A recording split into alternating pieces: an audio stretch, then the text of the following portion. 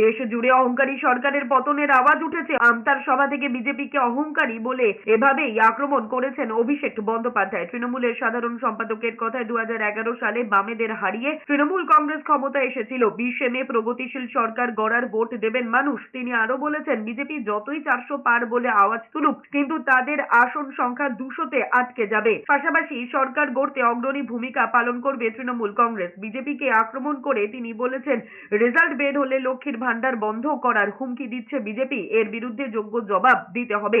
10 বছর ধরে মিথ্যে কথা বলে তপশিলি আদিবাসীদের অত্যাচার করেছে বিজেপি। এখন এরা সংবিধান পাল্টাতে চায় বলেও আক্রমণ করেছেন অভিষেক বন্দ্যোপাধ্যায়। 10 বছর ধরে মিথ্যে কথা বলেছে যারা আজকে ভারতবর্ষের সংবিধানকে পাল্টাতে চায়, যাদের আমলে তপশিলি জাতি উপজাতির মায়েরা বোনেরা সব থেকে বেশি লাঞ্ছিত অত্যাচারিত বঞ্চিত হয়েছে, তাদের উচিত শিক্ষা দেওয়ার নির্বাচন।